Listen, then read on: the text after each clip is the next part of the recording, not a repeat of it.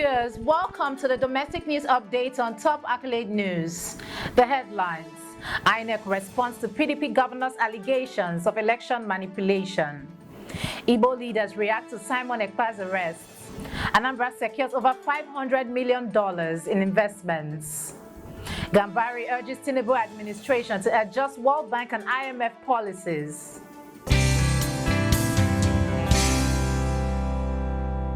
In politics, INEC responds to PDP governor's allegations of election manipulation.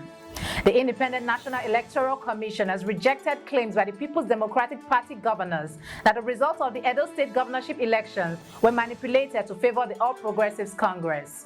The PDP Governors Forum alleged that electoral irregularities, including vote buying, robbed their candidate, Dr. Aswe Ighodalo, of victory in Edo and accused INEC of tampering with the results. INEC, through its Chief Press Secretary, Rotimi Oyekami, called the accusations unfortunate and urged the PDP to present evidence in court instead of making media allegations. Meanwhile, the APC dismissed the PDP's claims, urging them to focus on their ongoing legal case rather than public sentiments. Still in politics, Igbo leaders react to Simon Ekpas' arrest.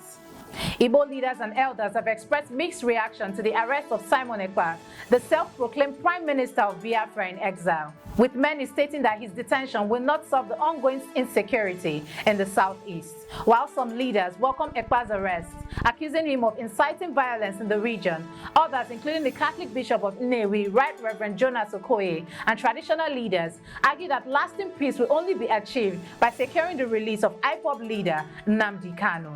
The federal government has also vowed to intensify efforts to end insecurity in the region, stressing the need for secure environment for peace and development. Shifting focus to economy, Anambra secures over $500 million in investments. Amara State has secured over $500 million in investment commitments and strategic partnerships at the close of its second investment summit aimed at accelerating the state's economic growth. Managing Director of Anambra State Investment Promotion and Protection Agency, Mark Okoye, revealed that agreements signed cover diverse sectors such as healthcare, tourism, natural gas, and urban development, with major projects like Anambra Mixed-Use Industrial City, Intra-City Rail, and specialized cancer treatment facilities underway. The state is positioning itself as a key economic hub in Nigeria. Still in economy, Gambari urges Tinubu Administration to adjust World Bank and IMF policies. Former Chief of Staff to ex-President Muhammadu Buhari, Professor Ibrahim Gambari, has called on President Bola Tinubu's administration to reconsider and adjust some policies adopted from the World Bank and IMF. Gambari emphasized that while Nigeria is part of the international community, the country's leadership must prioritize the well-being of its citizens. He noted the adverse impact of the IMF and World Bank-backed policies, such as the removal of fuel subsidy and the floating of the naira, which has led to soaring inflation and a severe cost of living crisis. Gambari urged the government to make necessary adjustments to these policies to better align with Nigeria's unique needs and realities. You are watching the domestic news update on Top Accolade News. Do stay with us. Still to come.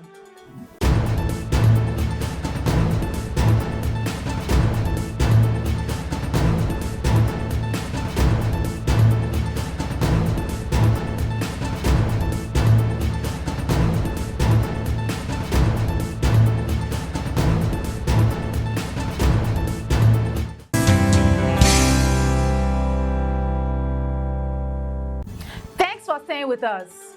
In health, Indian group announces $100 million investment in Nigeria's healthcare sector. In a major boost to Nigeria's healthcare infrastructure, Padiyat Healthcare and India Group has committed $100 million in investment to improve healthcare services across the country.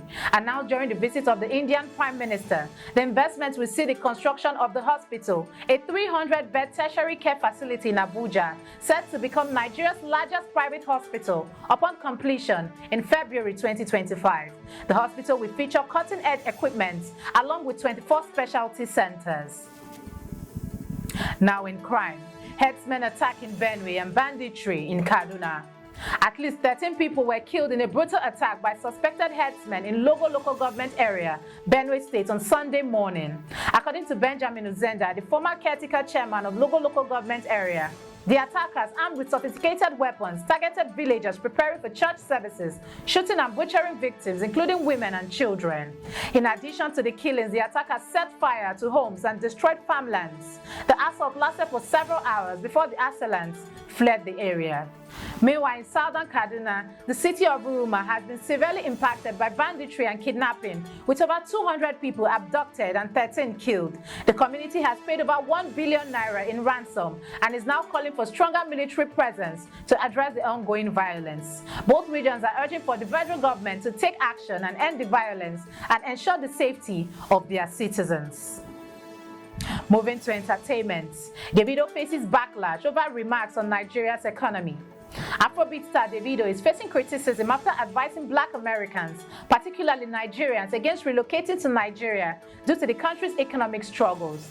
DAVIDO expressed concerns about Nigeria's economic situation, calling it in shambles. His comments, made in response to speculations about Black Americans considering leaving the U.S. following Donald Trump's electoral victory, has sparked backlash, with Nigerian figures like APC chieftain Joe Ibokwe and former presidential aide Bashir Ahmed urging the singer to retract his statements, calling it unpatriotic and disappointing. Now in sports, KABIRU DOGO remains optimistic despite NASARAWA United's struggles.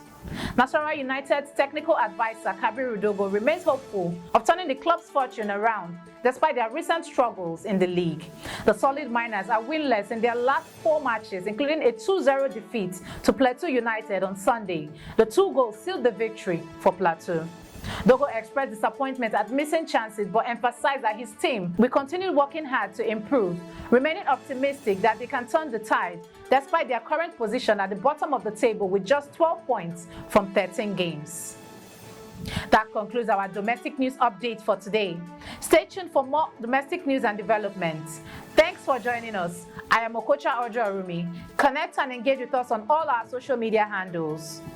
Do have a wonderful day.